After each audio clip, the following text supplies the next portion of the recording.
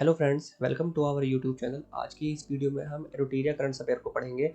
ये एरोटीरिया की नई मैगजीन जो कि अर्धवार्षिकी लॉन्च कर दी गई है, जिसमें जनवरी 2023 से जून 2023 तक का डाटा दिया गया है। इस वीडियो में हम राष्ट्रीय घटनाक्रम जून 2023 से जनवरी 2023 तक पढ़ेंगे।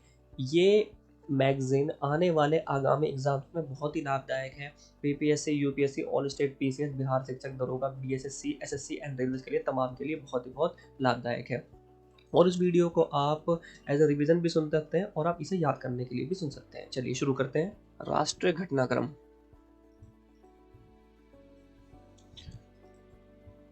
जून 2023। मेघालय में भारत यूरोपीय संघ कनेक्टिविटी सम्मेलन का आयोजन किया गया। इसका उद्देश्य भारत के पूर्वोत्तर राज्यों तथा पड़ोसी देशों के साथ कनेक्टिविटी बढ़ाना है। लखनऊ की एनसीसी कैडेट शालिनी सिंह उत्तराखंड में ड्रिंग घाटी में 15,400 फुट की चोटी पर चढ़ने वाली देश की पहली महिला एनसीसी कैडेट बन गई हैं। पर्यटन के क्षेत्र में महिलाओं की भागीदारी को बढ़ाने के लिए महाराष्ट्र ने आई नामक लिंग समावेशी पर्यटन नीति की शुरुआत की। इसके अलावा कुछ पर्यटक स्थलों पर महिला बाइक टैक्सी सेवा भी शुरू की जाएगी। ब्रांड फाइनेंस द्वारा जारी रिपोर्ट के अनुसार टाटा ग्रुप को देश का सबसे वैल्यूएबल ब्रांड का खिताब दिया गया। Centre for science and environment (SCE) द्वारा स्टेट ऑफ इंडियाज एनवायरनमेंट 2023 में पर्यावरण प्रदर्शन के मामले में तेलंगाना भारत का शीर्ष राज्य है। Cost of living survey report Mercer संस्था द्वारा जारी किया गया। भारत का सबसे महंगा शहर मुंबई है। दूसरा एवं तीसरा स्थान नई दिल्ली एवं बेंगलुरु को दिया गया है। वैश्विक स्तर पर मुंबई का स्थान 147वां है। हरियाणा के मुख्यमंत्री मनोहर लाल खट्टर ने राज्य के पद्म पुरस्कार विजेताओं को 10,000 रुपए मासिक पेंशन देने की घोषणा की।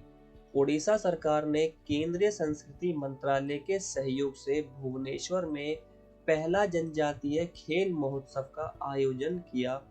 इसमें 26 राज्यों के 5,000 एथलीटों ने भाग लिया। बंदरगाह नौवहन एवं जलमार्ग मंत्रालय द्वारा बंदरगाहों पर ड्रेजिंग संचालन की क्षमता बढ़ाने के लिए सागर समृद्धि नामक online dredging monitoring system launch किया गया है। केंद्रीय मंत्री जितेंद्र सिंह ने जम्मू कश्मीर के भद्रवाह घाटी में लेवेंडर महोत्सव का उद्घाटन किया। इसका आयोजन 1 वीक 1 लैब कैंपेन के तहत किया गया। उत्तर प्रदेश में कुंभ मेला के ऐतिहासिक महत्व को उजागर करने के लिए डिजिटल कुंभ संग्रहालय का निर्माण किया जाएगा। यह संग्रहालय भारतीय संस्कृति को प्रदर्शित करेगा, जो कुंभ मेला में आने वाले श्रद्धालुओं को आकर्षित करेगा। राजस्थान के उदयपुर में देश की पहली सीएनजी संचालित टॉय ट्रेन की शुरुआत की गई। इस ट्रेन का नाम महाराणा प्रताप एक्सप्रेस ट्रेन रखा गया है। प्रधानमंत्री नरेंद्र मोदी ने नई दिल्ली में अंतर्राष्ट्रीय प्रदर्शनी एवं सम्मेलन केंद्र में पहला नेशनल ट्रेनिंग कॉन्क्लेव का उद्घाटन किया। इसका उद्देश्य देश भर के सिविल सेवा अधिकारियों के प्रशिक्षण के बुनियादी ढांचे को मजबूत करना है। केरल खुद की इंटरनेट सेवा शुरू करने वाला देश का पहला राज्य बन गया है। इसका उद्देश्य फाइबर ऑप्टिक नेटवर्क के तहत राज्य में आर्थिक रूप से पिछड़े 20 लाख लोगों को मुफ्त इंटरनेट सेवा उपलब्ध कराना है। पश्चिम बंगाल सरकार ने कोलकाता में प्रदूषण को कम करने के लिए एयर प्यूरिफायर वाली बसें लॉन्च की हैं। बस में लगे इस सिस्टम को सुधा वायु नाम दिया गया है। तेलंगाना में अब सुजा इंफ्राटेक कंपनी द्वारा दुनिया का पहला 3D प्रिंटेड हिंदू मंदिर बनाया जाएगा। उत्तर प्रदेश सरकार ने राज्य के 17 नगर निगम में दीदी कैफे शुरू करने की योजना बनाई है। इस कैफे को स्वयं सहायता समूहों की महिलाओं द्वारा संचालित किया जाएगा। जालंधर पंजाब में भीमराव अंबेडकर राष्ट्रीय प्रौद्योगिकी संस्थान में शिक्षा महाकुंभ का आयोजन किया गया। इसका उद्देश्य राष्ट्रीय शिक्षा नीति के क्रियान्वयन में मौजूद चुनौतियों पर विचार विमर्श करना है। संस्कृति राज्य मंत्री मीनाक्षी लेखी ने नई दिल्ली के राष्ट्रीय अभिलेखागार में हमारी भाषा हमारी विरासत प्रदर्शनी का उद्घाटन किया। इसका उद्देश्य भारत का भाषाई विविधता की विरासत का जश्न मनाना है। उत्तर प्रदेश सरकार ने प्रत्येक परिवार का डाटाबेस तैयार करने तथा सरकारी योजनाओं का लाभ दिलाने के लिए फैमिली आईडी पोर्टल लॉन्च किया। महाराष्ट्र के ठाणे जिले के भिवंडी तालुका में भारत का पहला कार्बन न्यूट्रल गांव विकसित किया जा रहा है। महाराष्ट्र के ठाणे में एशिया की सबसे बड़ी तथा ऐतिहासिक क्लस्टर विकास योजना शुरू की गई है। इसमें पहले चरण में 10,000 घरों का निर्माण किया जाएगा, जहां सारी सुविधाएं उपलब्ध होंगी। इंदिरा गांधी अंतर्राष्ट्रीय हवाई अड्डा दिल्ली पर नई सुविधा डिजी यात्रा शुरू की गई है। यह यात्रियों को बिना मोबाइल एप्लीकेशन के सभी सेवाओं को सक्षम बनाएगा। हाल ही में उड़ीसा में 3 दिवसीय राजा कृषि उत्सव मनाया गया। इस त्योहार को स्विंग फेस्टिवल भी कहा जाता है, क्योंकि इसमें महिलाएं पेड़ों पर झूला लगाकर झूलती हैं और गीत गाती हैं। केंद्र सरकार के आयुष मंत्रालय ने वाई ब्रेक योग एट ऑफिस चेयर की शुरुआत की है। यह कर्मचारियों को तनाव मुक्त रखने के लिए ऑफिस के चेयर पर बैठकर ही छोटी अवधि के योग को दिनचर्या का हिस्सा बनाएगा। भारत सरकार के विज्ञान एवं प्रौद्योगिकी मंत्रालय ने वैज्ञानिकों तथा शैक्षणिक संस्थानों के बीच सहयोग तथा ज्ञान को साझा करने के लिए वैभव वैश्विक भारतीय वैज्ञानिक फेलोशिप कार्यक्रम की शुरुआत की है। 15 से 18 जून 2023 तक मुंबई में राष्ट्रीय विधायक सम्मेलन का आयोजन किया गया, जिसका उद्घाटन लोकसभा अध्यक्ष ओम बिरला ने किया। इसके तहत भारत के विधानसभा तथा विधान परिषद के सदस्यों के बीच विचार विमर्श किया गया। 14 जून 2023 को केंद्रीय शिक्षा एवं कौशल विकास तथा उद्यमिता मंत्री धर्मेंद्र प्रधान ने नई दिल्ली से गैबोन अफ्रीकी देश की पहली कृषि SEZ परियोजना की शुरुआत की। भारतीय नौसेना ने युवाओं तथा नागरिकों को नौसेना से अवगत कराने के लिए जूली लद्दाख कार्यक्रम का आयोजन किया। इस दौरान नेशनल वॉर मेमोरियल से 5,000 किलोमीटर मोटरसाइकिल अभियान भी चलाया गया। हाल ही में उत्तर प्रदेश सरकार ने उत्तर प्रदेश के जेलों को सुधार गृह के रूप में स्थापित करने की घोषणा की। चेन्नई के पास महाबलीपुरम में महिला T20 शिखर सम्मेलन का आयोजन किया गया। इस सम्मेलन का विषय महिला नेतृत्व, विकास, रूपांतरण, उन्नति और उत्थान है। यह सम्मेलन जमीनी स्तर की महिलाओं को वैश्विक स्तर की महिला नेताओं के साथ संवाद स्थापित करता है। मध्य प्रदेश की राजधानी भोपाल में G20 के अंतर्गत साइंस 20 का 2 दिवसीय सम्मेलन आयोजित किया गया, जिसकी थीम थी connecting science to society and culture. केंद्र सरकार ने डेयरी उद्योग को बढ़ावा देने के लिए उत्तराखंड में दुग्ध संकल्प साथी मोबाइल ऐप लॉन्च किया। इसका उद्देश्य दूध की गुणवत्ता में सुधार करना तथा हितधारकों के बीच पारदर्शिता लाना है। नवीन और नवीकरणीय ऊर्जा मंत्रालय ने 15 जून को वैश्विक पवन दिवस के अवसर पर पवन क्षमता में वृद्धि करने के लिए राजस्थान को सम्मानित किया। इसमें गुजरात को दूसरा तथा तमिलनाडु को तीसरा स्थान प्राप्त हुआ। भारतीय भूवैज्ञानिक सर्वेक्षण GSI ने उड़ीसा के सुंदरगढ़ जिले में भारत के सबसे बड़े प्राकृतिक मेहराब आर्क की खोज की है। इसका निर्माण 184 मिलियन वर्ष पहले हुआ है। IIT मद्रास ने वायु प्रदूषण की निगरानी के लिए कम लागत वाला मोबाइल उपकरण प्रोजेक्ट काटरू विकसित किया है। इस उपकरण से प्रत्येक क्षेत्र में वायु स्तर का मापन किया जा सकता है। भारतीय रिजर्व बैंक ने पूर्वोत्तर भारत में नागालैंड के कोहिमा में अपना उप कार्यालय स्थापित किया। मई 2023। केंद्रीय कृषि मंत्री नरेंद्र सिंह तोमर ने नई दिल्ली में अपनी तरह के पहले मिलेट्स एक्सपीरियंस सेंटर का उद्घाटन किया। इसका उद्देश्य आम जनता के बीच मिलेट्स उत्पादन के लिए जागरूकता बढ़ाना है। भारतीय सेना ने पहली बार 5 महिला अधिकारियों को आर्टिलरी रेजिमेंट तोपखाना रेजिमेंट में शामिल किया है। भारत और बांग्लादेश के बीच व्यापार को बढ़ावा देने के लिए केंद्रीय मंत्री नित्यानंद राय ने मेघालय के जैंतिया हिल्स में दावकी भूमि बंदरगाह का उद्घाटन किया। रक्षा मंत्री राजनाथ सिंह ने चंडीगढ़ में भारत के पहले वायुसेना हेरिटेज सेंटर का उद्घाटन किया।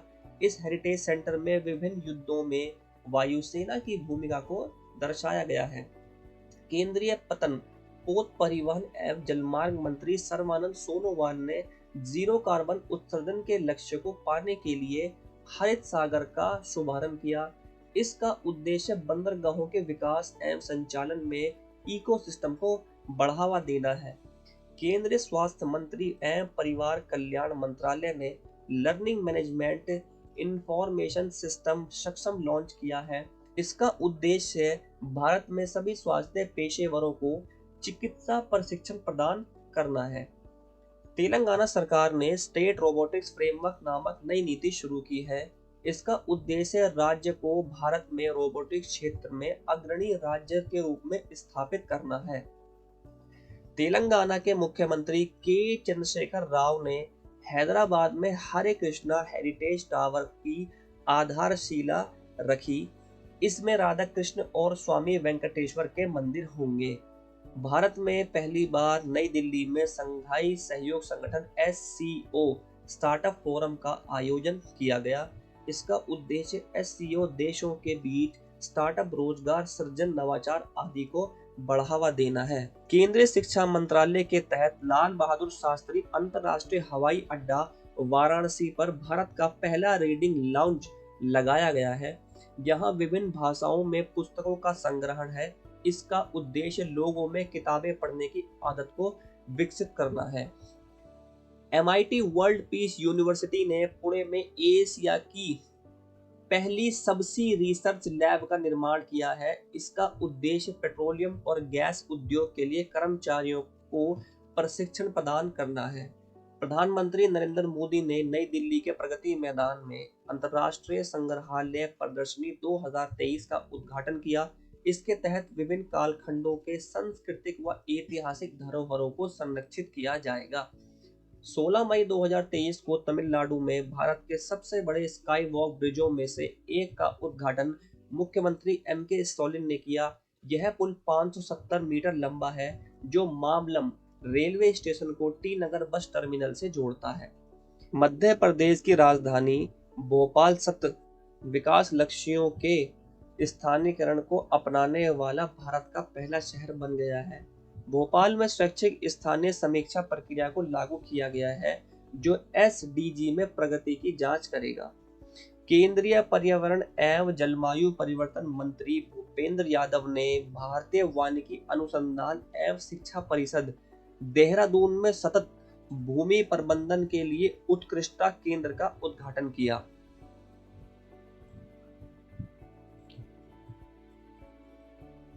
भारतीय प्रौद्योगिकी संस्थान मद्रास ने भारत इजराइल जल प्रौद्योगिकी केंद्र स्थापित करने के लिए इजराइल के साथ साझेदारी की है। इसका उद्देश्य भारत में जल संसाधन प्रबंधन में चुनौतियों का समाधान करना है। NEP सारथी कार्यक्रम UGC ने राष्ट्रीय शिक्षा नीति NEP 2020 के बेहतर क्रियान्वयन में छात्रों को शामिल करने के लिए इस कार्यक्रम की शुरुआत की है।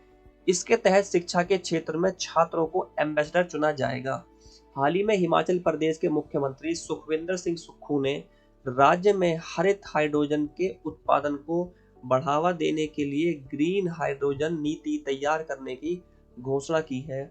राष्ट्रीय बाघ संरक्षण प्राधिकरण ने चीता प्रोजेक्ट की देखरेख के लिए 11 सदस्यीय चीता परियोजना संचालन समिति का गठन किया है। इस समिति के अध्यक्ष राजेश गोपाल नियुक्त किए गए हैं। महाराष्ट्र सरकार ने स्वच्छ मुख अभियान के लिए क्रिकेटर सचिन तेंदुलकर को इस्माइल एम्बेसडर चुना है। यह मौखिक स्वच्छता को बढ़ावा देने का अभियान है। भारतीय नौसेना के पूर्व अधिकारी Abhilash Tomy Golden Globe race पूरी करने वाले पहले भारतीय बन गए हैं। इन्होंने समुद्र के रास्ते पूरी दुनिया का चक्कर लगाकर और वैश्विक स्तर पर दूसरा स्थान हासिल किया है। उत्तर प्रदेश सरकार ने एक थीम पार्क रामलैंड बनाने की घोषणा की है, जो डिज्नीलैंड की तरह होगा। यहाँ भगवान राम की कहानी दिखाने के लिए लोगों को आकर्षित किया जाएगा। Uttar Pradesh school health programme के तहत बच्चों के लिए डिजिटल हेल्थ कार्ड बनाने वाला भारत का पहला राज्य बन गया है। इसके तहत बच्चों के स्वास्थ्य संबंधी रिपोर्ट ऑनलाइन डाउनलोड किए जा सकते हैं। उत्तराखंड में स्थित भगवान शिव के तुंगनाथ मंदिर को राष्ट्रीय महत्व का स्मारक घोषित किया जाएगा। यह मंदिर 12,800 फीट ऊंचाई की ऊंचाई पर स्थित है। हाल ही में पंजाब चलने के अधिकार को लागू करने वाला भारत का पहला राज्य बन गया है। इसका उद्देश्य पैदल यात्री तथा साइकिल सवारों की मौतों की संख्या कम करना है। केंद्रीय विदेश और संस्कृति राज्य मंत्री मीनाक्षी लेखी ने नई दिल्ली में बुद्धम शरणम गच्छामि प्रदर्शनी का उद्घाटन किया। इसमें बौद्धिक संस्कृति को प्रदर्शित किया गया तथा श्रीलंका और म्यांमार के चित्र भी प्रदर्शित किए गए। राष्ट्रीय फुटबॉल महासंघ ने भारतीय फुटबॉल टीम के पूर्व कप्तान प्रदीप कुमार बनर्जी के सम्मान में 23 जून को AIFF ग्रासरूट डे के रूप में घोषित किया। पश्चिम बंगाल में स्थापित शांति निकेतन को यूनेस्को की विश्व विरासत सूची में शामिल करने की सिफारिश की गई। भारत के मुख्य न्यायाधीश DY चंद्रचूड़ ने देश में ई-कोर्ट तथा ई-फाइलिंग को बढ़ावा देने के लिए ई-फाइलिंग 2.0 लॉन्च किया। हाल ही में जारी एक रिपोर्ट के अनुसार GMR हैदराबाद इंटरनेशनल एयरपोर्ट दुनिया का सबसे समय का पाबंद एयरपोर्ट घोषित किया गया। केंद्रीय गृह मंत्री अमित शाह ने गुजरात के द्वारका में राष्ट्रीय तटीय पुलिस अकादमी की आधारशिला रखी। यहाँ तटीय सुरक्षा में लगे पुलिस कर्मियों को प्रशिक्षण दिया जाएगा। केंद्रीय गृह एवं सहकारिता मंत्री अमित शाह ने नई दिल्ली में जनगणना भवन का उद्घाटन किया। यहाँ 1981 से लेकर अब तक की सभी जनगणना को संकलित किया गया है। हाल ही में गोवा ने पर्यटन क्षेत्र में द्विपक्षीय सहयोग बढ़ाने के लिए उत्तराखंड के साथ समझौता किया है। केरल के मुख्यमंत्री ने केरल को भारत का पहला पूर्ण ई-गवर्नेंस राज्य घोषित किया है। यहाँ सभी सार्वजनिक सेवाओं का संचालन ऑनलाइन माध्यम से होगा। पटना नगर निगम Central Bank digital currency CBDC का उपयोग करने वाला भारत का पहला नगर निगम बन गया है। अब यहाँ डिजिटल मुद्रा के जरिए भुगतान की सारी प्रक्रिया होगी।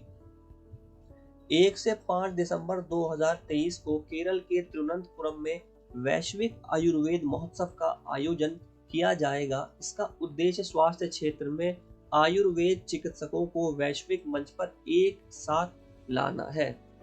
प्रधानमंत्री नरेंद्र मोदी ने असम में पूर्वोत्तर भारत की पहली वंदे भारत ट्रेन को हरी झंडी दिखाई, जो गुवाहाटी से न्यू जलपाईगुड़ी के बीच चलाई गई।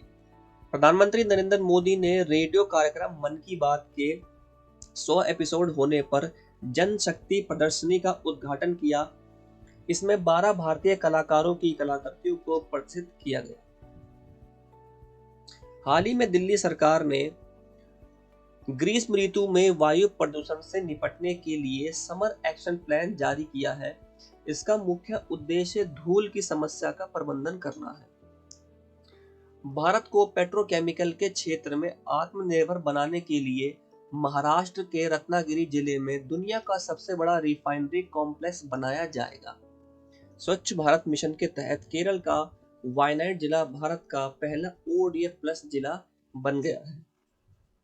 रेल मंत्रालय द्वारा जनता की शिकायतों के त्वरित निवारण के लिए रेल वॉर रूम की स्थापना की गई है, जहां जनता की शिकायतें प्रदर्शित की जाएगी तथा कड़ी निगरानी की जाएगी। हाल ही में यमुना प्राधिकरण ने भारत की पहली पॉड टैक्सी परियोजना को मंजूरी दी है। यह टैक्सी सड़क से अलग एक ट्रैक पर चलेगी तथा बिजली द्वारा संचालित होगी। भारतीय पुरातत्व सर्वेक्षण ने उड़ीसा में स्थित कपिलेश्वर मंदिर को संरक्षित स्मारकों की सूची में जोड़ने का निर्णय लिया। हाल ही में उत्तर प्रदेश ने राज्य में 5G तकनीक को बढ़ावा देने के लिए युवाओं को इसके बारे में प्रशिक्षित करने के लिए 5G टेक्नोलॉजी ट्रेनिंग प्रोग्राम शुरू किया है। गाजियाबाद अलीगढ़ एक्सप्रेसवे पर NHAI ने बिटुमिनस कंक्रीट का उपयोग कर 100 घंटे में 100 किलोमीटर सड़क का निर्माण कर महत्वपूर्ण उपलब्धि हासिल की। UDAN 5.1 उड़ान 5.1 नागरिक उड्डयन मंत्रालय ने देश के दूर दराज क्षेत्रों में हेलीकॉप्टरों के माध्यम से कनेक्टिविटी बढ़ाने के लिए इसकी शुरुआत की है। प्रोजेक्ट स्मार्ट आवास एवं शहरी मामले मंत्रालय द्वारा प्रोजेक्ट स्मार्ट आवास एवं शहरी मामले मंत्रालय तथा रेल मंत्रालय ने Mumbai Ahmedabad high speed railway स्टेशनों के आसपास के क्षेत्र को विकसित करने के लिए प्रोजेक्ट स्मार्ट की शुरुआत की। इसके लिए इन्होंने जापान इंटरनेशनल कोऑपरेशन एजेंसी से समझौता किया है। माइक्रोसॉफ्ट ने देश के ग्रामीण क्षेत्रों के लिए बहुभाषी AI चैटबॉट जुगलबंदी लॉन्च की है। यह विभिन्न भाषाओं में लोगों को सरकारी योजनाओं से अवगत कराएगा। भारतमाला परियोजना के तहत असम के जोंगीघोपा में भारत का पहला अंतर्राष्ट्रीय मल्टी मॉडल लॉजिस्टिक पार्क बनाया जा रहा है। इसके उद्देश्य भारत के पड़ोसी देशों के साथ व्यापार को बढ़ावा देना है। मुख्यमंत्री तीर्थ दर्शन योजना के तहत बुजुर्गों को हवाई मार्ग के जरिए तीर्थ यात्रा पर भेजने वाला मध्य प्रदेश भारत का पहला राज्य बन गया है। अप्रैल 2023 हाल ही में राष्ट्रीय डेयरी अनुसंधान संस्थान करनाल ने भारत में पहली बार गाय की देसी नस्ल गिर का क्लोन बछड़ा तैयार किया है, जिसका नाम गंगा है। यह गाय प्रतिदिन 15 लीटर दूध का उत्पादन कर सकती है। केरल में पहला सौर ऊर्जा संचालित पर्यटक जहाज लॉन्च किया गया है, जिसे सूर्यमशु नाम दिया गया है। इसकी क्षमता 100 यात्रियों को ले जाने तक है। प्रधानमंत्री नरेंद्र मोदी ने असम के गुवाहाटी में पूर्वोत्तर भारत के पहले एम्स का उद्घाटन किया। अंतर्राष्ट्रीय बाजरा वर्ष के उपलक्ष्य में संघाई सहयोग संगठन देशों के मिलेट्स फूड फेस्टिवल का आयोजन पर्यटन मंत्रालय द्वारा मुंबई में किया गया। वर्ष 2023 में भारत ने SCO की अध्यक्षता संभाली है। 14 अप्रैल को डॉक्टर भीमराव अंबेडकर की 132वीं जयंती के अवसर पर तेलंगाना सरकार ने BR अंबेडकर की भारत की सबसे ऊंची कांस्य प्रतिमा का अनावरण किया। यह 125 फुट ऊंची है, जो हैदराबाद में स्थित है। अखिल भारतीय आयुर्वेद संस्थान ने नई दिल्ली में महिलाओं में संतान उत्पत्ति की अक्षमता पर राष्ट्रीय सम्मेलन सृजना का आयोजन किया। इसका उद्देश्य महिलाओं की इन समस्याओं को दूर करने का प्रयास करना है। गर्मियों में पानी की समस्या से निपटने के लिए जल बजट जारी करने वाला केरल पहला राज्य बन गया है। इससे राज्य में पानी की उपलब्धता वाले क्षेत्र तथा जनसंख्या के आधार पर पानी की खपत के आंकड़ों का पता चलेगा। उत्तर प्रदेश सरकार ने 2030 तक सभी सरकारी विभागों में इस्तेमाल होने वाले वाहनों को इलेक्ट्रिक वाहनों में बदलने का लक्ष्य निर्धारित किया है। ऐसा करने वाला यह देश का पहला राज्य होगा। बाजरा के उत्पादन को बढ़ावा देने के लिए जोधपुर, राजस्थान में मिलेट्स महोत्सव का आयोजन किया गया। देश में खाद्यान्न उत्पादन बढ़ाने के लिए केंद्रीय मंत्री अमित शाह ने दुनिया का पहला नैनो लिक्विड उर्वरक di ammonia phosphate DAP launch किया। चुनाव आयोग ने कर्नाटक विधानसभा चुनाव में पहली बार वोट फ्रॉम होम की शुरुआत की है। इसके तहत वैसे व्यक्ति जो अक्षमता के कारण मतदान केंद्र पर नहीं जा सकते या वृद्ध हैं, वे घर से ही वोट दे सकते हैं। भारतीय रिजर्व बैंक की central Bank digital currency CBDC को स्वीकार करने वाली रिलायंस जनरल इंश्योरेंस पहली बीमा कंपनी बन गई है। रिलायंस जनरल ने ई-रुपया में प्रीमियम भुगतान के लिए यस बैंक से साझेदारी की है। प्रधानमंत्री नरेंद्र मोदी ने केंद्र शासित प्रदेश दादर नागर हवेली और दमन दीव के सिलवासा शहर में नमो medical education and research institute का उद्घाटन किया। भारत के पर्वतारोही अर्जुन वाजपेयी नेपाल में स्थित माउंट अन्नपूर्णा पर चढ़ने वाले पहले भारतीय पुरुष बन गए हैं। अन्नपूर्णा की ऊंचाई 8,091 मीटर है। 8,000 मीटर से अधिक ऊंचे 7 पर्वतों को अर्जुन वाजपेयी ने फतह कर लिया है। भारत सरकार द्वारा रेल विकास निगम लिमिटेड RVNL को मिनी रत्न श्रेणी से नवरत्न केंद्रीय सार्वजनिक क्षेत्र सीपीएसई उद्यम का दर्जा दे दिया है। नवरत्न सीपीएसई कंपनियां लाभदायक स्थापित कंपनियां होती हैं। हाल ही में भारत सरकार ने solar energy corporation of India SECI को मिनी रत्न श्रेणी 1 सार्वजनिक क्षेत्र उद्यम सीपीएसई के रूप में मान्यता दी।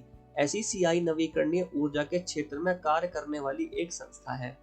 प्रधानमंत्री नरेंद्र मोदी ने केरल के तिरुवनंतपुरम में भारत के पहले डिजिटल साइंस पार्क का शिलान्यास किया। साथ ही उन्होंने केरल की पहली वंदे भारत एक्सप्रेस ट्रेन तथा कोच्चि वाटर मेट्रो भारत की पहली का भी उद्घाटन किया। वेस्ट टू वंडर कॉन्सेप्ट के तहत भारत नई दिल्ली में G20 पार्क का निर्माण करेगा। इस पार्क में जानवरों तथा पक्षियों की मूर्तियां कचरे से बनाई जाएगी। उत्तराखंड के माणा गांव को अब भारत का पहला गांव के रूप में मान्यता दी गई है। सीमा सड़क संगठन BRO ने भारतीय सीमा पर स्थित गांवों को देश का पहला गांव के रूप में मान्यता देने का समर्थन किया है। हिमाचल प्रदेश अज्ञात मृत शरीरों के लिए DNA डेटाबेस तैयार करने वाला देश का पहला राज्य बन गया है। इस डेटाबेस से मृतकों को उनके परिवार द्वारा पहचान करने में आसानी होगी। केंद्रीय नागरिक विमानन मंत्री ज्योतिरादित्य सिंधिया ने यूरोपीय संघ भारत विमानन शिखर सम्मेलन के दौरान देश के 121 हवाई अड्डों को 2025 तक कार्बन मुक्त करने का लक्ष्य निर्धारित किया। अमेरिका की आईफोन निर्माता कंपनी एप्पल ने मुंबई में भारत का पहला एप्पल रिटेल स्टोर स्थापित किया है। यह स्टोर पूरी तरह नवीकरणीय ऊर्जा से संचालित है। एप्पल के CEO Tim cook. Himachal Pradesh के शिमला के मशोबरा में राष्ट्रपति द्रौपदी मुर्मू ने राष्ट्रपति निवास तथा ट्यूलिप गार्डन का उद्घाटन किया। असम के गुवाहाटी में 11,000 से अधिक नृत्यकारों ने बिहू नृत्य का प्रदर्शन कर Guinness book of world record में नाम दर्ज किया। भारत की अध्यक्षता में G20 कृषि मुख्य वैज्ञानिक की 100वीं बैठक 17 से 19 अप्रैल को वाराणसी में आयोजित की गई। इस दौरान महर्षि पहल को अपनाने की बात की गई, जिसमें मिलेट और अन्य प्राचीन अनाजों पर अनुसंधान को बढ़ावा दिया जाएगा। भारत का पहला 3D प्रिंटेड डाकघर बेंगलुरु कर्नाटक में बनाया जा रहा है। यह तकनीक पारंपरिक भवन निर्माण लागत को 30 से 40% तक कम करता है तथा समय की बचत भी होती है। हाल ही में मध्य प्रदेश सरकार ने ट्रांसजेंडरों को अन्य पिछड़ा वर्ग OBC अदर बैकवर्ड क्लासेस में शामिल करने का फैसला किया है। इसके बाद ट्रांसजेंडरों को राज्य सरकार की नौकरियों में आरक्षण का लाभ मिल सकेगा। BR अम्बेडकर की जयंती के अवसर पर भारत सरकार ने देखो अपना देश पहल के तहत अम्बेडकर सर्किट पर्यटक ट्रेन को लॉन्च किया। यह नई दिल्ली, महाराष्ट्र, उत्तर प्रदेश, बिहार आदि में BR अम्बेडकर से जुड़े 8 स्थानों को कवर करेगी। कोलकाता में हुगली नदी के नीचे भारत का पहला अंडर वाटर मेट्रो रेल को सफलतापूर्वक संचालित किया गया। भारत की पहली semi high speed regional rail service का नाम रैपिड एक्स रखा गया है। यह ट्रेन राष्ट्रीय राजधानी क्षेत्र के प्रमुख शहरों को जोड़ेगी। Association for democratic reforms ADR द्वारा जारी रिपोर्ट के अनुसार आंध्र प्रदेश के मुख्यमंत्री जगन मोहन रेड्डी देश के सबसे अधिक संपत्ति वाले मुख्यमंत्री हैं। हाल ही में केंद्रीय कानून मंत्री ने जम्मू विश्वविद्यालय में भारतीय संविधान के डोगरी संस्करण को लॉन्च किया। राजस्थान सरकार ने 11 अप्रैल को समाज सुधारक महात्मा ज्योतिबा फुले की जयंती को सार्वजनिक अवकाश घोषित किया है। कूल रूफ पॉलिसी तेलंगाना सरकार द्वारा शुरू 2023 से 28 के लिए। इसका उद्देश्य राज्य में गर्मी के प्रभाव को कम करने के लिए घरों की छतों को ठंडा रखने का प्रयास करना है। उत्तर प्रदेश के महाराजगंज में विश्व का पहला एशियाई राजा गिद्ध संरक्षण एवं प्रजनन केंद्र स्थापित किया गया है। इसका उद्देश्य गिद्धों की विलुप्त हो रही प्रजाति को संरक्षित करना है। पूर्वोत्तर भारत का सबसे बड़ा बहुउद्देशीय इंडोर सिस्टम मेघालय के शिलांग में बनाया जा रहा है। इसका नाम जवाहरलाल नेहरू स्टेडियम रखा गया है। इस सिस्टम में विभिन्न खेलों के लिए सुविधाएं उपलब्ध होंगी।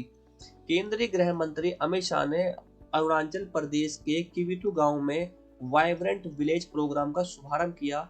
इसकी घोषणा बजट 2022 से 23 में की गई थी, जिसका उद्देश्य है भारत के सीमावर्ती गांव के लोगों के जीवन स्तर में सुधार करना।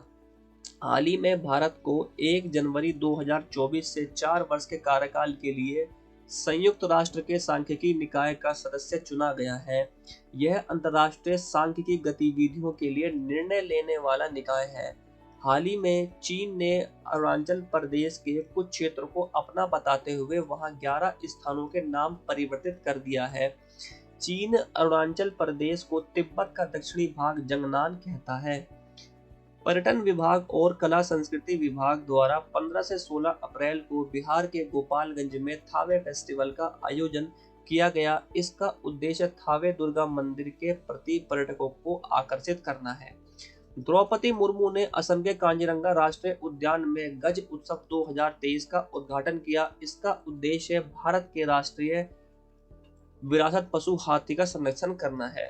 मार्च 2023 उत्तर प्रदेश के रायबरेली में हॉकी स्टेडियम का नाम भारत की महिला हॉकी खिलाड़ी रानी रामपाल के नाम पर रखा गया है। स्टेडियम का नाम रानीस गर्ल्स हॉकी टर्फ कर दिया गया है। पहली बार किसी महिला खिलाड़ी के नाम पर स्टेडियम का नाम रखा गया है। हाल ही में जारी सेलिब्रिटी ब्रांड वैल्यूएशन रिपोर्ट 2022 के अनुसार अभिनेता रणवीर सिंह भारत के सबसे मूल्यवान सेलिब्रिटी बन गए हैं। वहीं भारतीय क्रिकेटर विराट कोहली दूसरे स्थान पर हैं। चोल काल में निर्मित हनुमान जी की चोरी हुई कांस्य मूर्ति पुनः ऑस्ट्रेलिया से वापस तमिलनाडु में लाया गया। केंद्रीय कृषि मंत्री नरेंद्र सिंह तोमर ने प्रधानमंत्री फसल बीमा योजना के तहत बीमा दावा वितरण के लिए डिजिक्लेम लॉन्च किया है। इसके माध्यम से डिजिटल तरीके से सीधा किसानों के बैंक खातों में भुगतान किया जाएगा। केंद्रीय कपड़ा मंत्री पीयूष गोयल ने तमिलनाडु में भारत का पहला मेगा टेक्सटाइल पार्क लॉन्च किया है। पीएम मित्रा योजना के तहत 7 राज्यों में मेगा टेक्सटाइल पार्क स्थापित किए जाएंगे। महाराष्ट्र के लातूर शहर में डॉक्टर भीमराव अंबेडकर की 70 फुट ऊंची प्रतिमा स्टैच्यू ऑफ नॉलेज की स्थापना की जाएगी। आरबीआई ने उड़ीसा के भुवनेश्वर में ग्रीनफील्ड डेटा सेंटर तथा साइबर सुरक्षा प्रशिक्षण संस्थान स्थापित करने की घोषणा की। केंद्र सरकार ने वित्त वर्ष 2022 से 23 तक 5 वर्ष के लिए न्यू इंडिया लिटरेसी प्रोग्राम की शुरुआत की है। इसका उद्देश्य 15 वर्ष से अधिक आयु वर्ग के 5 करोड़ अशिक्षित व्यक्तियों को शिक्षित करना है। नई दिल्ली में आयोजित स्वच्छ उत्सव 2023 कार्यक्रम में आवास एवं शहरी मामलों के मंत्री हरदीप सिंह पुरी ने भारत के 1000 शहरों को अक्टूबर 2024 तक 3 स्टार कचरा मुक्त बनाने का लक्ष्य निर्धारित किया है। अरावली ग्रीन वॉल प्रोजेक्ट केंद्रीय पर्यावरण, वन एवं जलवायु परिवर्तन मंत्री भूपेंद्र यादव द्वारा शुरू किया गया।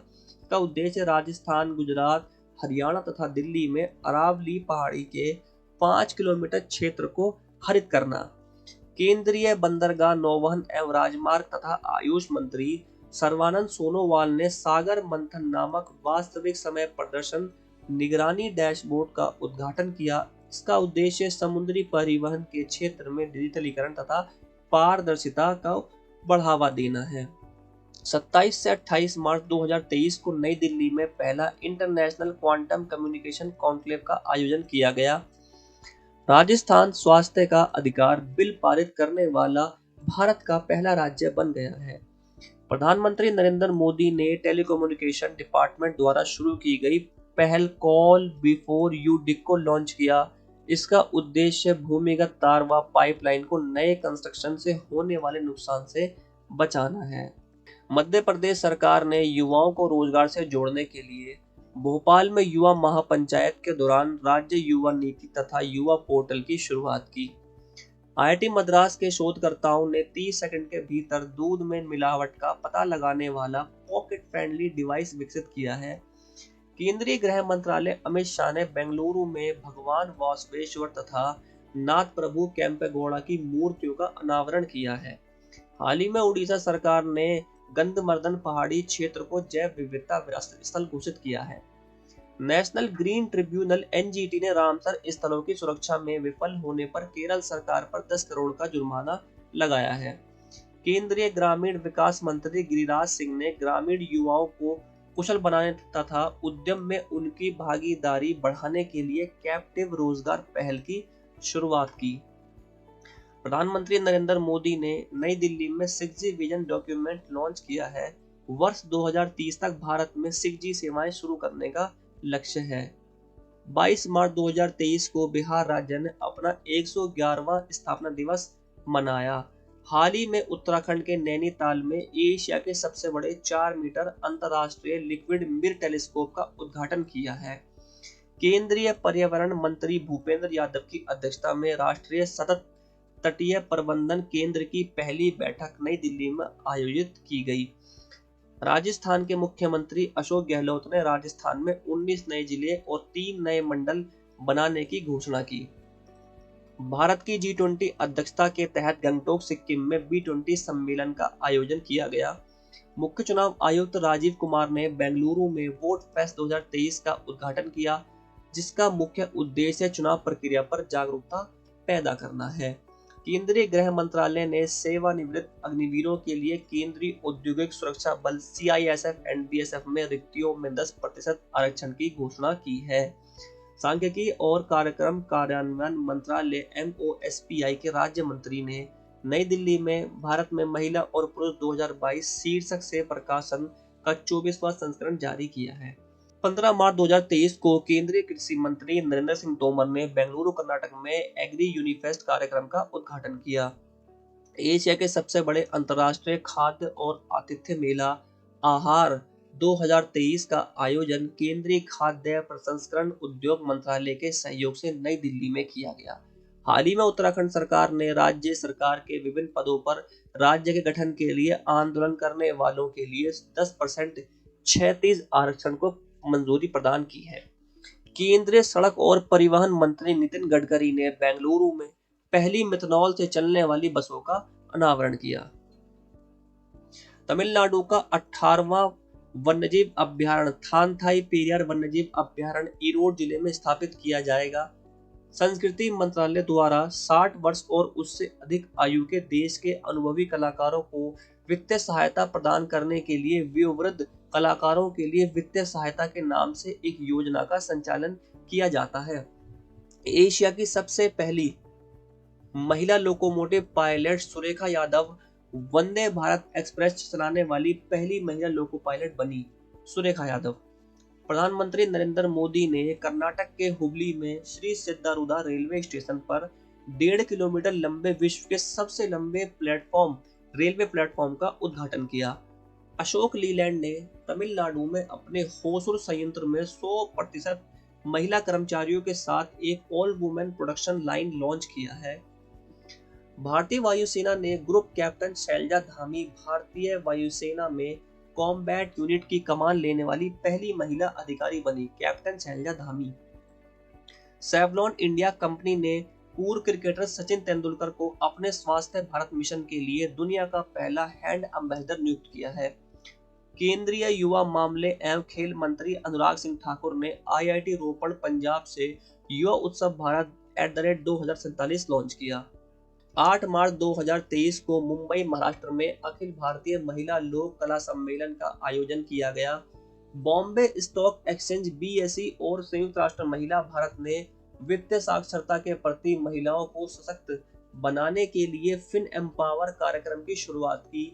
महाराष्ट्र के चंद्रपुर और यवतमाल जिलों को जोड़ने वाले राजमार्ग पर 200 मीटर लंबा बांस क्रैश बैरियर लगाया गया है। इस बांस के क्रैश बैरियर को बाहुबली नाम दिया गया है। महिला एवं बाल विकास मंत्रालय द्वारा पोषण के महत्व के बारे में जागरूकता बढ़ाने के लिए 20 मार्च से 3 अप्रैल तक 5वां पोषण पखवाड़ा मनाया गया। इसकी थीम सभी के लिए पोषण एक साथ स्वास्थ्य भारत की ओर।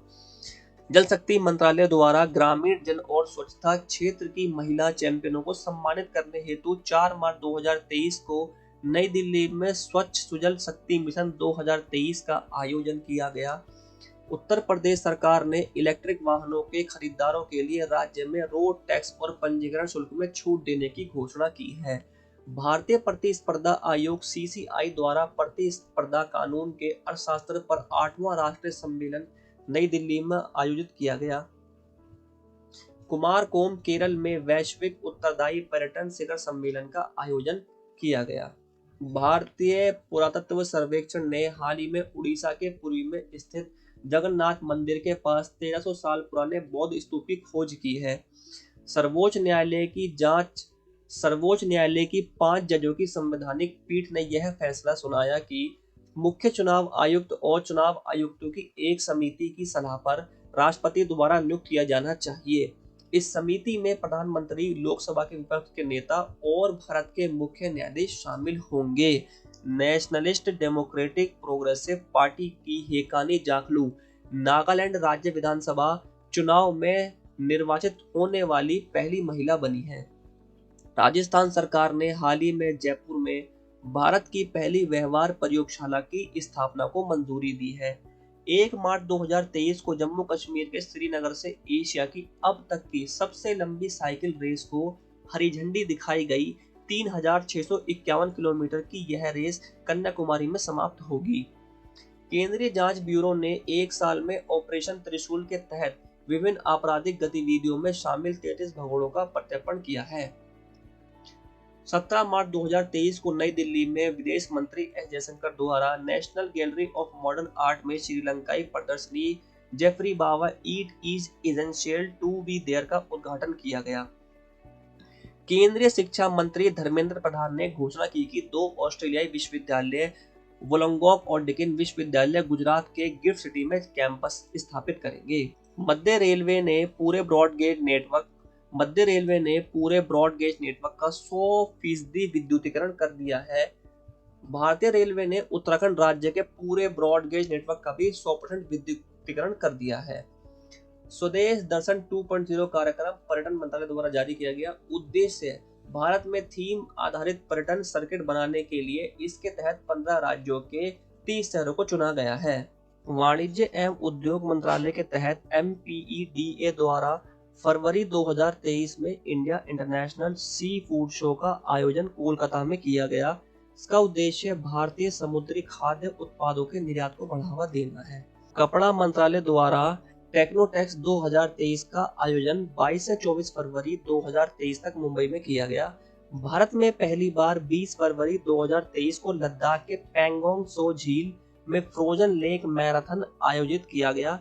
इसे आधिकारिक तौर पर Guinness book of world record में सबसे ऊंची फ्रोजन लेक मैराथन के रूप में शामिल किया गया।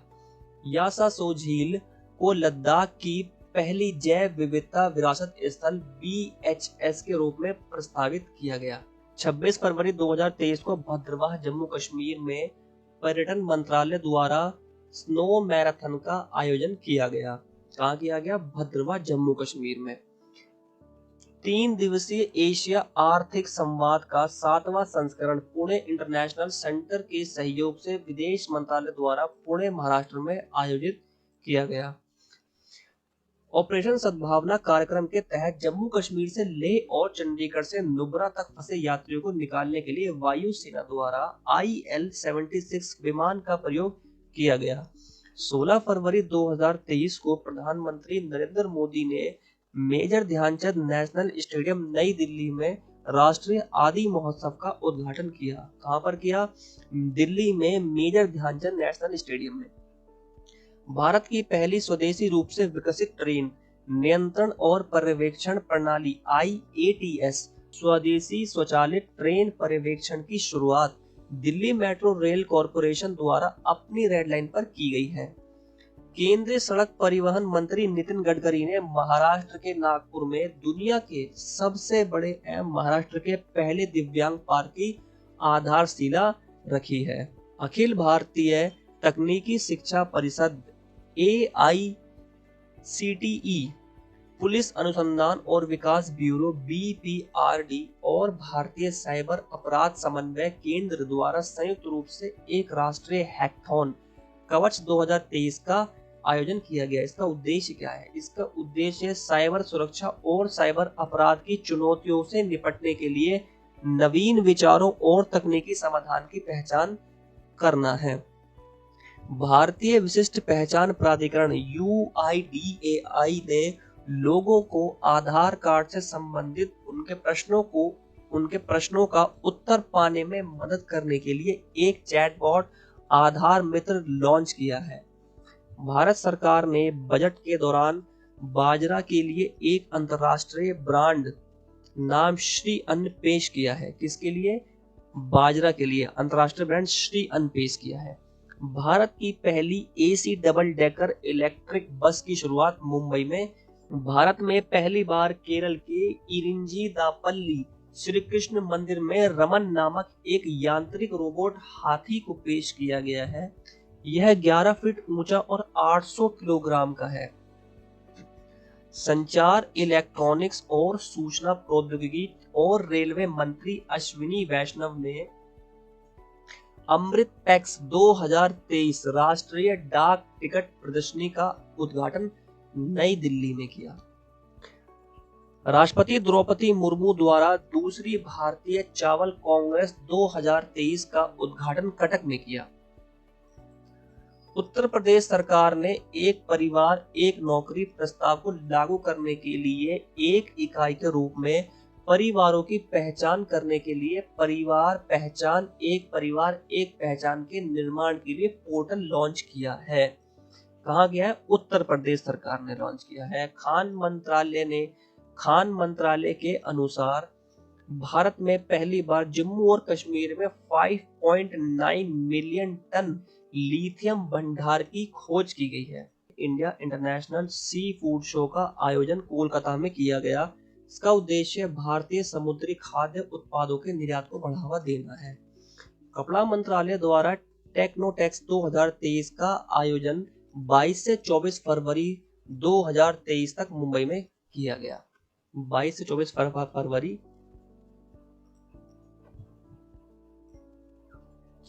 कपड़ा मंत्रालय द्वारा टेक्नोटेक्स 2023 का आयोजन 22 से 24 फरवरी 2023 तक मुंबई में किया गया।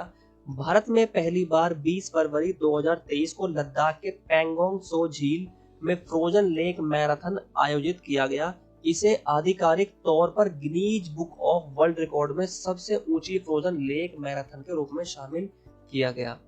यासा सो झील को लद्दाख की पहली जैव विविधता विरासत स्थल BHS के रूप में प्रस्तावित किया गया।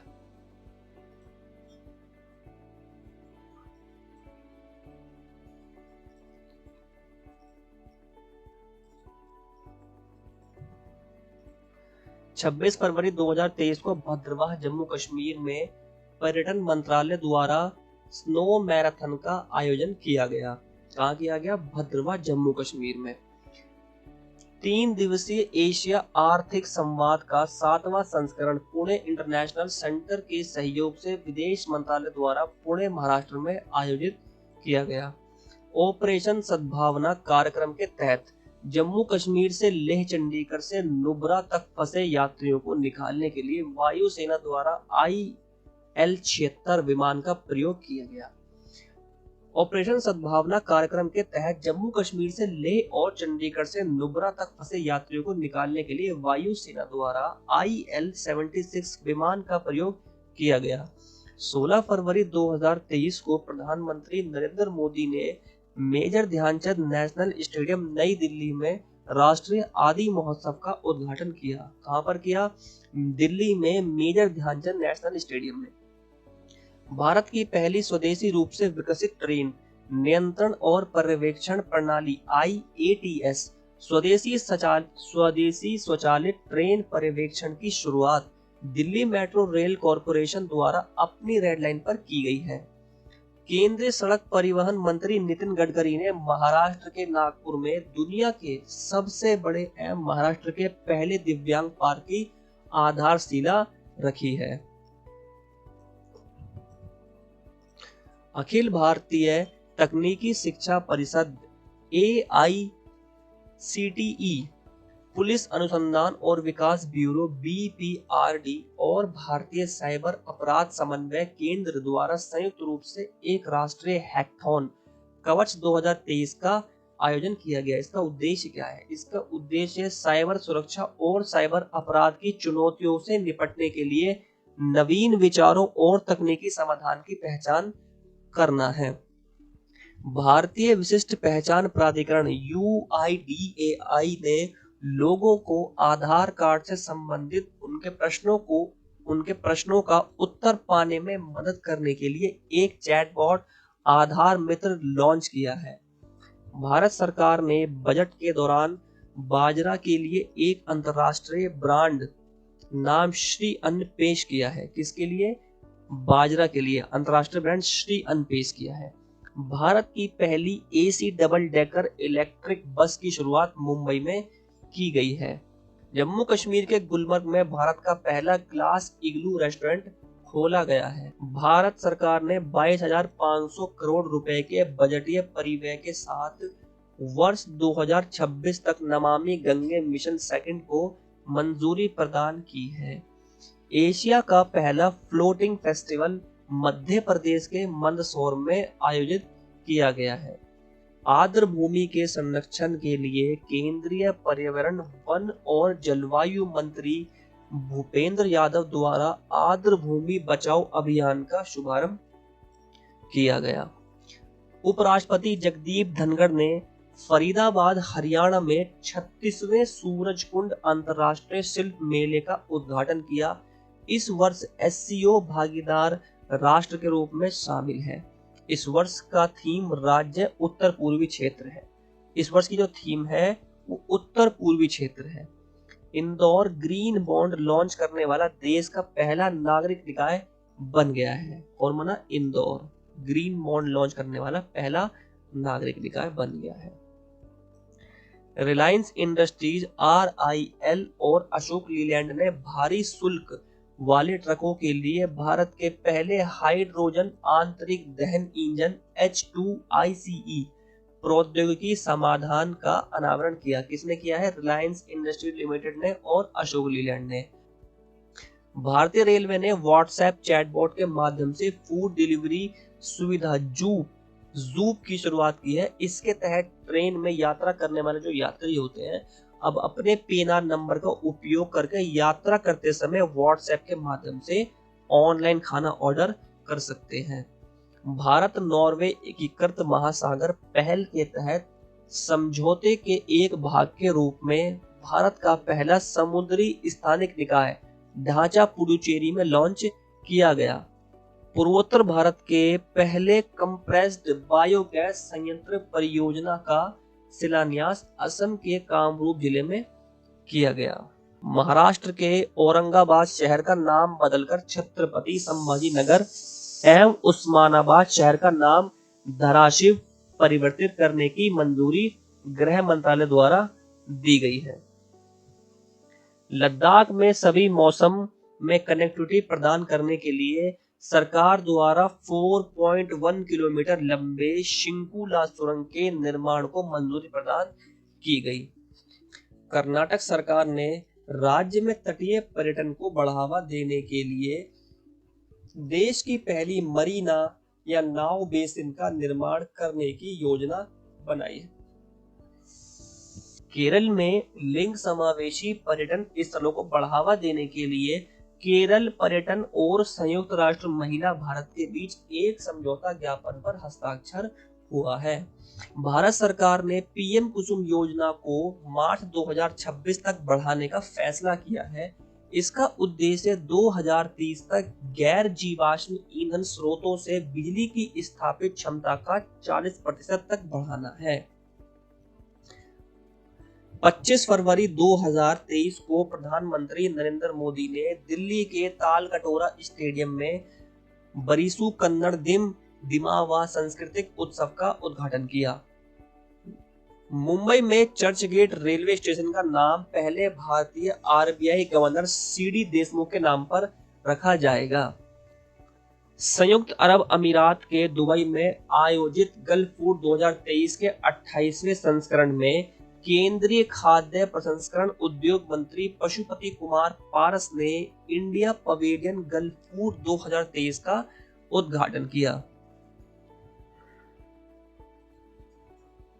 राष्ट्रीय मातृभाषा दिवस के अवसर पर केरल उच्च न्यायालय ने क्षेत्रीय भाषा में निर्णय प्रकाशित किए तथा ऐसा करने वाला वह देश का पहला उच्च न्यायालय बन गया है। केरल सरकार ने सीवेज को साफ करने के लिए रोबोटिक स्कवेंजर स्कवेंजर बेंटिकूट लॉन्च किया है। यह केरल मैनहोल को साफ करने के लिए रोबोटिक तकनीक का उपयोग करने वाला देश का पहला राज्य बन गया है। भारत दलहन और अनाज संघ द्वारा द पर्ल्स कॉन्क्लेव 2023 टीपीसी 2023 का आयोजन मुंबई में किया गया।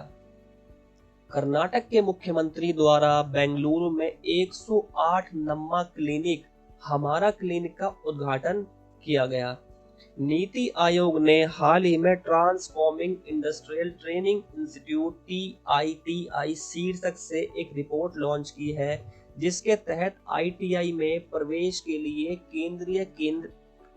के लिए राष्ट्रीय केंद्रीकृत परीक्षा आयोजित करने का सुझाव दिया है। केंद्रीय स्वास्थ्य मंत्रालय ने फाइलेरिया रोग से निपटने के लिए एक राष्ट्रव्यापी अभियान मास ड्रग एडमिनिस्ट्रेशन शुरू किया है। नरेंद्र मोदी ने दयानंद सरस्वती की 200वीं जयंती के उपलक्ष्य में नई दिल्ली में साल भर चलने वाले समारोह का शुभारंभ किया। भारत ने G20 अध्यक्षता के दौरान बाजरा की खपत और उत्पादन को प्रोत्साहित करने के लिए MIIRA वैश्विक पहल शुरू करने की योजना बनाई है। मध्य प्रदेश ने राज्य में शराब की खपत को हतोत्साहित करने के लिए नई आबकारी नीति को मंजूरी दी है। इसके तहत शराब की दुकानों से जुड़े आहत और दुकान बार बंद रहेंगे। महाराष्ट्र के मुख्यमंत्री एकनाथ शिंदे को हाल ही में शिवसेना पार्टी ने अपना नया प्रमुख चुना है।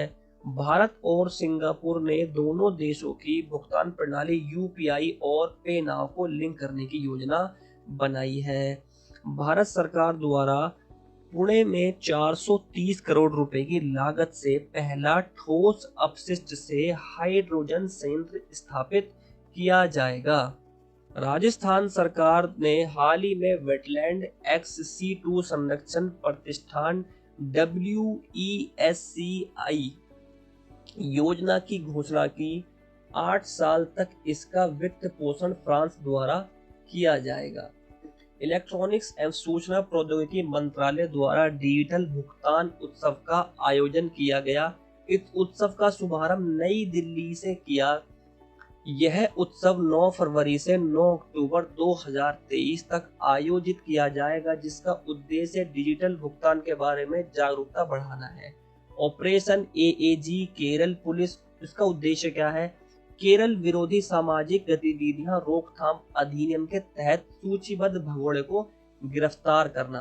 भारतीय चिकित्सा प्रणाली के लिए राष्ट्रीय आयोग NCISM और केंद्रीय आयुर्वेदिक विज्ञान अनुसंधान परिषद CCRAS द्वारा आयुर्वेद कॉलेजों और अस्पतालों के माध्यम से स्वास्थ्य अनुसंधान क्षेत्रों में वैज्ञानिक अनुसंधान को बढ़ावा देने के लिए स्मार्ट कार्यक्रम की शुरुआत की गई। सर्वोच्च न्यायालय की 5 जजों की संविधान बेंच ने केंद्र सरकार के नोटबंदी के फैसले को चुनौती देने वाली 58 याचिकाओं को खारिज कर दिया है। चुनाव आयोग द्वारा त्रिपुरा में 90% से अधिक मतदान प्रतिशत हासिल करने के लिए मिशन 929 लॉन्च किया है। इसका उद्देश्य त्रिपुरा में होने वाले विधानसभा चुनाव में मतदान के लिए जागरूकता बढ़ाना है। कर्नाटक के देवनहल्ली में केंद्रीय गृह मंत्री श्री अमित शाह द्वारा केंद्रीय जासूसी प्रशिक्षण संस्थान CDTI की आधारशिला रखी गई। हिमाचल प्रदेश सरकार ने जरूरतमंद बच्चों और निराश्रित महिलाओं को उच्च शिक्षा की सुविधा प्रदान करने के लिए मुख्यमंत्री सुखाश्रय सहायता कोष की स्थापना 101 करोड़ रुपए के परिव्यय से की। केरल के मुख्यमंत्री द्वारा कन्नूर में इंडियन लाइब्रेरी कांग्रेस का उद्घाटन किया गया, जिसका उद्देश्य पुस्तकालयों को किताबों के स्टोर की जगह मनोरंजन और ज्ञान का केंद्र बनाना है।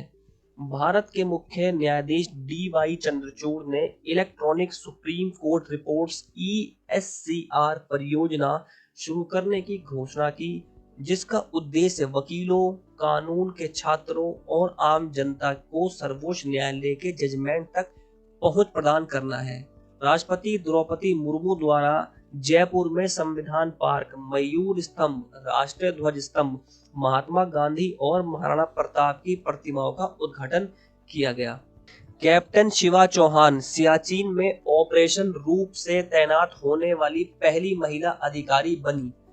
उड़ीसा सरकार ने अपने एक पहल जागा मिशन के लिए वर्ल्ड हैबिटेट अवार्ड 2023 जीता है। जागा मिशन उड़ीसा में लगभग 3000 झुग्गियों को अपग्रेड करने की एक पहल है।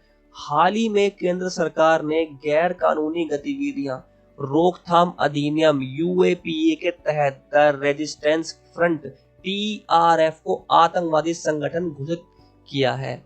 हाल ही में दुनिया का पहला पाम लीफ पांडुलिपि संग्रहालय केरल के तिरुवनंतपुरम में खोला गया। उत्तराखंड सरकार ने जोशीमठ के क्षेत्र में रहने वाले सभी परिवारों को निकालने के लिए अपनी योजना की घोषणा की है। उत्तराखंड सरकार द्वारा अस्थायी पुनर्वास केंद्र बनाया गया है एवं 6 महीनों के लिए किराए के लिए प्रतिमाह 4000 भुगतान भी किया जाएगा। 5 जनवरी 2023 को उड़ीसा के मुख्यमंत्री नवीन पटनायक द्वारा राउरकेला में विश्व स्तरीय हॉकी स्टेडियम का उद्घाटन किया गया, जिसका नाम प्रसिद्ध स्वतंत्रता सेनानी बिरसा मुंडा के नाम पर रखा गया है। पश्चिम बंगाल सरकार ने केंद्र सरकार से राज्य में वार्षिक आयोजित होने वाले गंगा सागर मेले को राष्ट्रीय दर्जा प्रदान करने की मांग की है।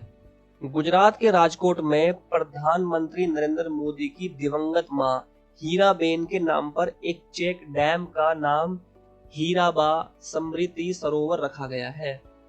प्रधानमंत्री का उस्मानाबाद जिला न्यायालय कामकाज की ई-प्रणाली ई-कोर्ट शुरू करने वाला महाराष्ट्र का पहला अदालत बन गया है।